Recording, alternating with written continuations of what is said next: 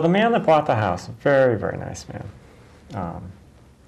And very nice man. He and his significant other. I won't mention names or anything, but in fact I talked to him just yesterday. Really sweet guy. He came out and he did some work on the deck because the deck needed some work. But really nice guy, and I think I met his significant other. I she will never forget, I'm sure. Okay, so this was. They're virtually neighbors of yours. They are. They actually live just around the corner, and great guy, really, really nice guy. And I think I met his significant other before they actually looked at the house. She stopped in one Saturday morning and asked. I guess they had seen the sign, and she asked if they could look around. And they didn't want to come in the house, but they just wanted to take a look around. And very nice woman. But this was one of those. Okay, this was one of those days. I was baking at the time. I think this was right when your grandfather died, and I was baking a pie, and I had gotten up that morning, and I forget what I had been up doing stuff the night before, and I fell asleep, and I woke up with makeup all over the place and flaking makeup, bed head in your pajamas. It was a mess. And so I sat down in front of the makeup mirror and I was looking at this, and I picked up the eyeliner pencil and I was playing because I was going to jump in the shower. I was playing, and so I had basically raccoon eyes. And it was one of those things. I was just, let's see how we, it's like, I'm going to experiment because I'm going to jump in the shower anyway. Yeah, it was one of those things. Let's see how thick I can make the line before I look ridiculous. Yeah, exactly. I was playing because it's like, okay, I'm gonna go get the pie ready, throw it in the oven, jump in the shower, and of course, then I forgot, and she showed up, and answered the door that way, and so she thinks I'm a total nut. I'm sure. No, just blind. It was horrible.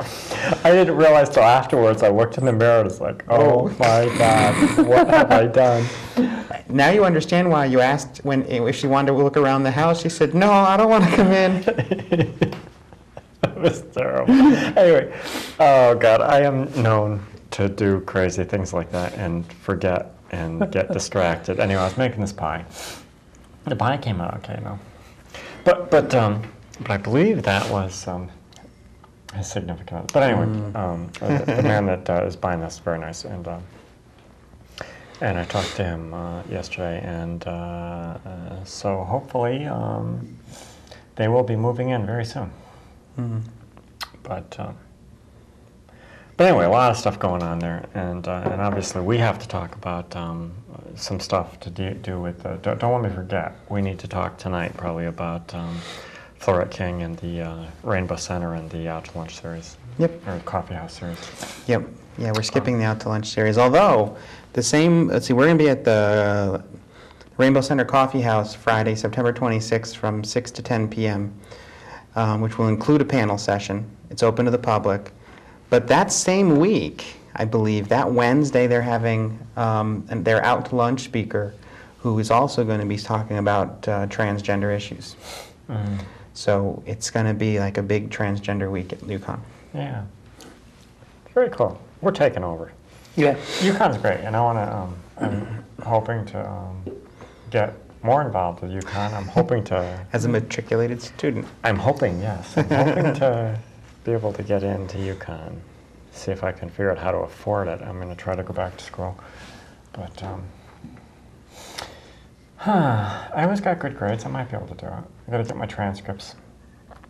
My transcripts, of course, have the wrong name on them. I'm gonna have to get all my transcripts redone. Well, yes and no. You have to get your transcripts and your probate letter for admissions. Yeah. So, but there would be.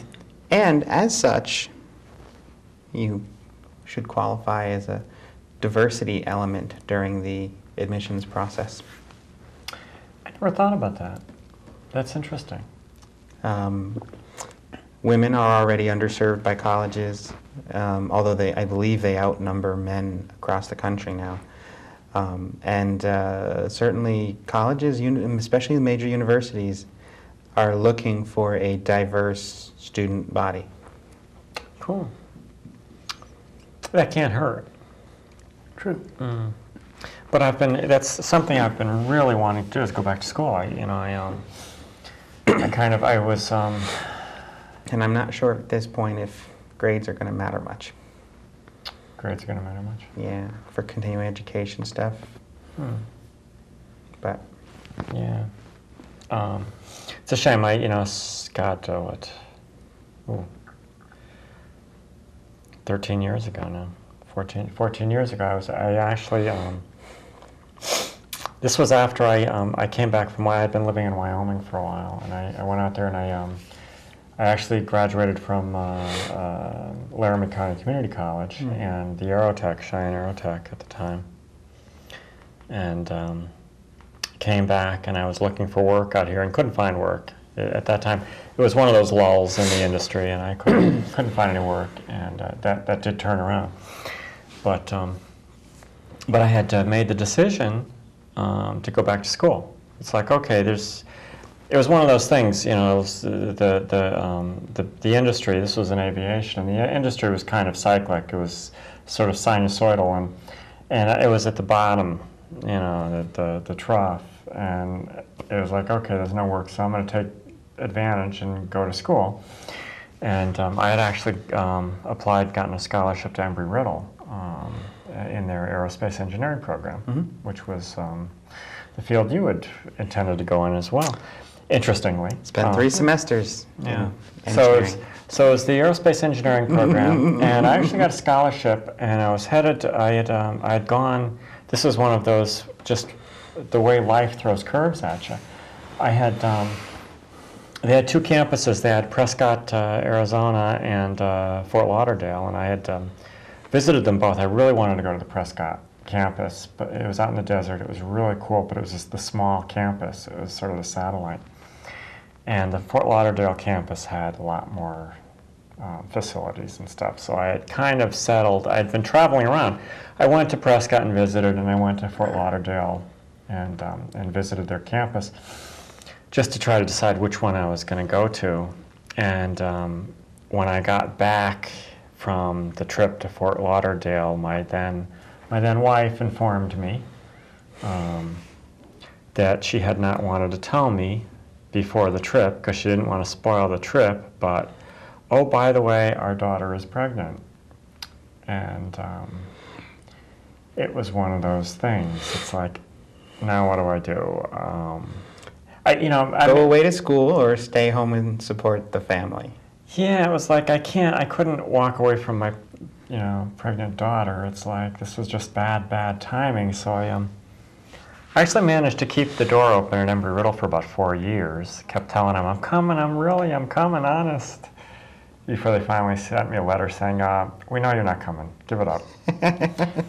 And that was kind of heartbreaking, but of course I have my grandson who is just turned 13, and who is the absolute apple of my eye, and he is just the most wonderful thing. I just adore my grandson, and I'm so glad that I got to spend all this time with him, which I wouldn't have. I would have been gone for, certainly gone for the first 4 years of his life, probably. And so I'm not sorry. And then who knows where your job would have taken you. Yeah, I'm not sorry that I made that decision not to go.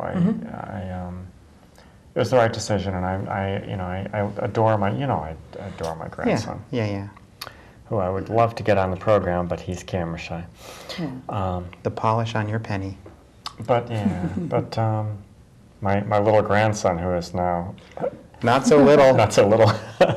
He's a big kid. I think we measured, and he's less than an inch shorter than you. Yeah, he's a big kid. But he's kind of a gentle giant. But tall. Be a heck of a nose tackle. Yeah, tall runs in his family, so his father's very tall. His father is 6'6", I think. something like that. So it's like he's just a big kid, but sweetheart.